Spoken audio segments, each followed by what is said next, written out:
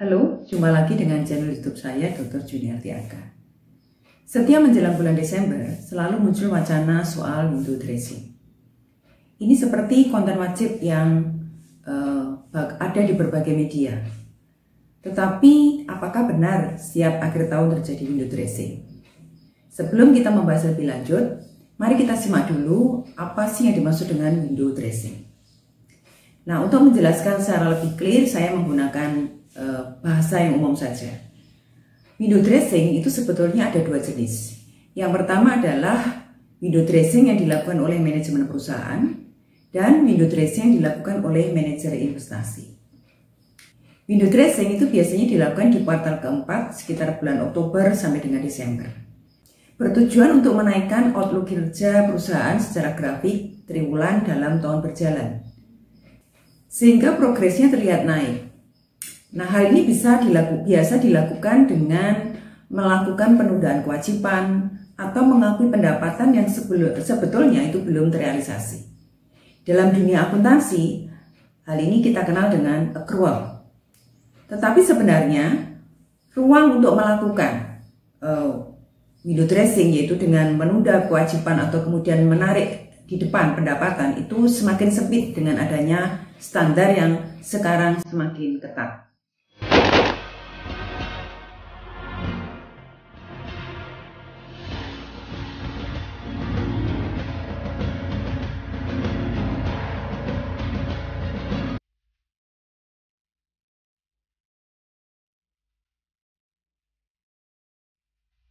Jadi apa sebenarnya terjadi? Secara umum, Desember itu merupakan bulan liburan dan belanja secara global. Di sini, belanja umum sebagian masyarakat biasanya naik dibandingkan dengan rata-rata bulan sebelumnya. Secara penjualan, salesman itu juga biasanya dituntut untuk mencapai targetnya, maka dia memberikan diskon besar-besaran bahkan dengan memotong komisinya sendiri. Nah, dengan sebagai upaya untuk memenuhi target minimum tahunan dari sales tersebut. Jadi memang secara tren global hal tersebut biasanya terjadi, tetapi tidak selalu. Di sisi lain, perusahaan itu juga biasanya di bulan-bulan Desember itu berusaha untuk menghabiskan stok yang ada dengan cara juga memberikan diskon besar-besaran di bulan-bulan Desember atau di kuartal keempat dari tahun berjalan.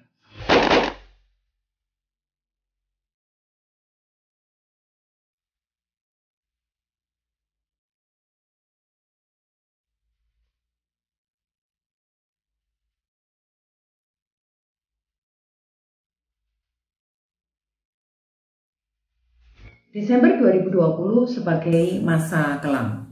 Libur Natal tahun 2020 dibarengi dengan pandemi COVID-19 secara global. Saat itu di Indonesia berlangsung pembatasan sosial. Nah, akibatnya apa yang terjadi? Boro-boro melakukan window dressing. Omset perusahaan jatuh dan tidak sedikit yang merugi. Berikut ini contoh 10 perusahaan yang saat ini relatif sudah bangkit setelah masa kelam di Desember 2020. Nah, yang pertama adalah GSMF, itu ada di sektor finance, dan memang ada indikasi terjadi window dressing di kuartal keempat karena performance-nya sangat menonjol dibandingkan periode sebelum maupun sesudahnya. Yang kedua adalah TMAS, ada di sektor transportasi dan tidak ada indikasi melakukan window dressing. Kalau kita lihat justru penjualan di Desember lebih rendah dibandingkan dengan kuartal pertama di tahun berikutnya. Berikutnya adalah MBSS. Nah, ini ada di sektor energi dan tidak ada indikasi terjadinya window dressing. Karena justru profitnya turun dalam di Desember 2020 dan memang kemudian terjadi membaik di kuartal 1 dan 2 di tahun berikutnya. Nah, bagaimana dengan MDKA? MDKA ada di sektor basic material, juga sama, tidak ada terjadi indikasi window dressing. Karena di Desember 2020 tercatat terjadi laba negatif. Dan kemudian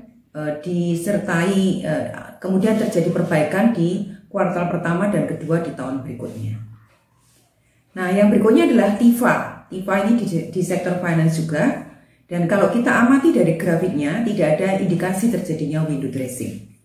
Di bulan Desember itu justru perusahaan ini membukukan terjadinya rugi, dan di periode berikutnya di kuartal 1, 2, 3 di tahun-tahun berikutnya, di tahun berikutnya justru terjadi kemudian perbaikan. Berikutnya adalah LPFF, itu ada di sektor consumer cyclic. Juga sama, tidak ada indikasi terjadinya window dressing di perusahaan ini. Kita bisa juga melihat perusahaan ini melaporkan rugi di Desember 2020. Dan memang ada grafik kenaikan di kuartal 1, 2, 3 di tahun berikutnya. Nah, bagaimana dengan FILM? Itu di sektor consumer cyclic juga sama, tidak ada indikasi terjadinya window dressing. Kalau kita amati di bulan Desember mereka mengakui adanya laba, adanya rugi, mencatatkan rugi, dan kemudian memang perusahaan ini mengalami perbaikan di periode-periode berikutnya. SLIS itu ada di sektor consumer cyclic, juga sama, dari grafiknya tidak ada indikasi terjadinya window dressing. Karena di bulan Desember justru labanya paling rendah atau paling tipis. Dan memang kemudian perusahaan ini juga mengalami perbaikan di periode-periode berikutnya.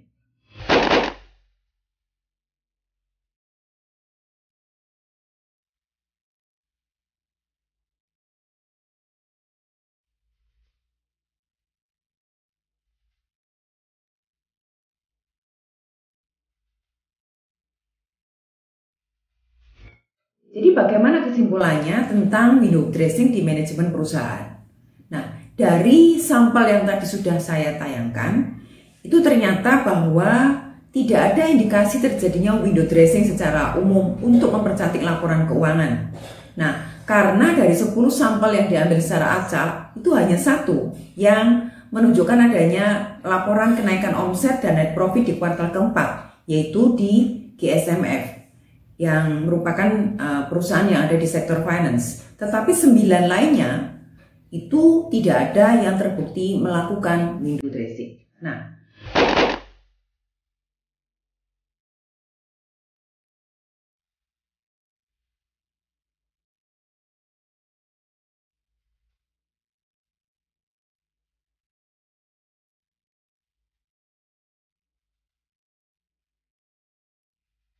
hal yang lebih menonjol justru indikasi bahwa kondisi makroekonomi lebih mempengaruhi kinerja perusahaan saat ini.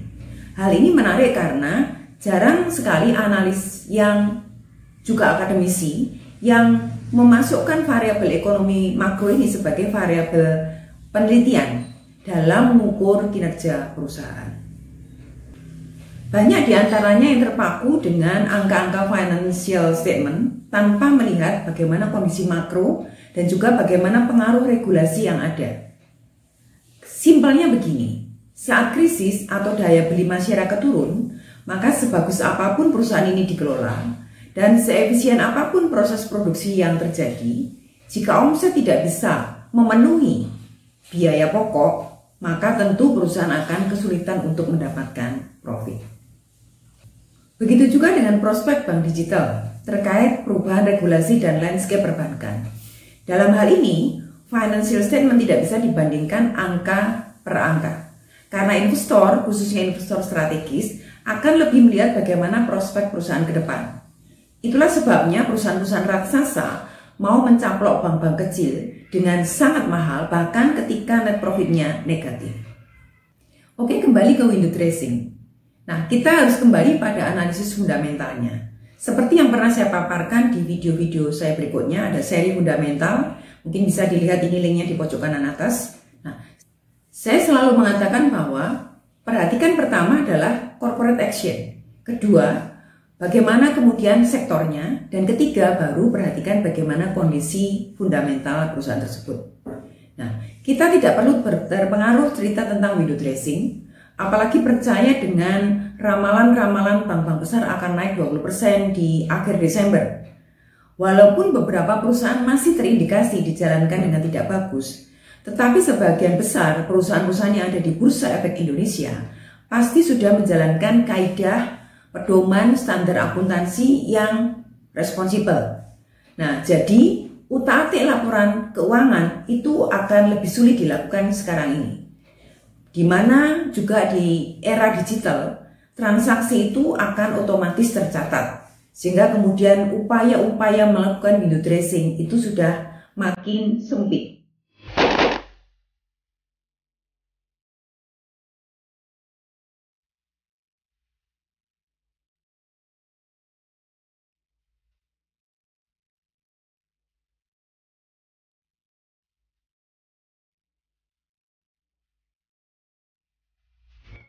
Nah, sekarang bagaimana dengan window dressing di harga saham? Window dressing di harga saham itu terkait dengan manajer investasi. Manajer investasi itu biasanya akan menutup portfolio saham yang negatif dan menggantinya dengan saham-saham yang kinerjanya selama 1 tahun itu bagus. Nah, ini sebenarnya cara-cara yang bisa dibilang manipulatif ya, yang akan merugikan investor. Ketika manajer investasi memberi laporan kinerjanya, maka akan terkesan laporan portfolionya sangat bagus dan mengesankan bagi investor. Kita bisa mengatakan, wow, keren banget nih manajer investasi gitu ya. Karena saham-saham yang dipegang merupakan deretan saham dengan kinerja-kinerja yang bagus selama sepanjang 1 tahun tersebut. Nah, dari situlah manajer investasi bisa dengan arogan mengatakan, nah lihat nih portfolio saham saya bagus semua kan gitu ya. Nah, tetapi jika kita kemudian bandingkan dengan gain yang didapat, gainnya biasanya minimum dan cenderung itu negatif. Dan manajer investasi tetap bisa berkilah bahwa, nah ini kan dipengaruhi gejolak di pertengahan tahun ya, dan saat ini semuanya sudah baik-baik saja, sudah on the right track. Ya. Nah, ini tentu sebuah akal-akalan yang akan memberikan angin surga bagi investor yang mempercayakan dananya untuk dikelola oleh manajer investasi tersebut. Nah, siklus seperti ini biasanya akan terjadi setiap tahun.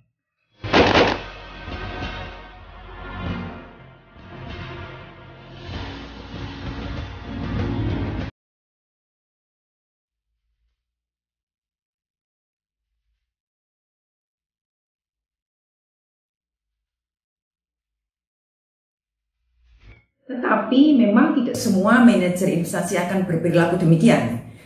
Bahwa praktek yang tadi saya jelaskan itu ada, itu terjadi, benar terjadi, dan ada di dalam prakteknya. Nah, tetapi masih banyak juga manajer investasi yang bisa kita percayai yang memang melaporkan portfolionya apa adanya dengan transparan dan mereka tidak melakukan window dressing. Jadi memang window dressing memang ada. Kenyataannya memang mungkin masih ada beberapa yang punya peluang untuk melakukan window dressing. Tetapi dengan semakin transparannya aturan, dengan semakin ketatnya standar akuntansi khususnya, maka window dressing tidak begitu mudah untuk dilakukan. Nah, karena kalau tidak hati-hati justru nanti akan menjadi counterproduktif bagi perusahaan-perusahaan yang melakukan. Karena perusahaan-perusahaan yang go public atau yang sudah terdaftar di Bursa Efek Indonesia, biasanya mereka juga sudah memiliki good corporate governance yang sudah teruji. Sehingga kemudian praktek-praktek yang nantinya merugikan investor itu sudah semakin sempit kesempatan untuk melakukannya. Oke, semoga paparan ini mencerahkan bahwa memang ada praktek window dressing, tetapi kita perlu menyikapi dengan hati-hati. Karena toh dari sampel yang tadi saya ambil, 10 perusahaan saja memang, 9-nya tidak melakukan window dressing. Jadi, kita mesti hati-hati mengenai fenomena tersebut. Terima kasih, semoga mencerahkan. Sampai jumpa di video-video berikutnya.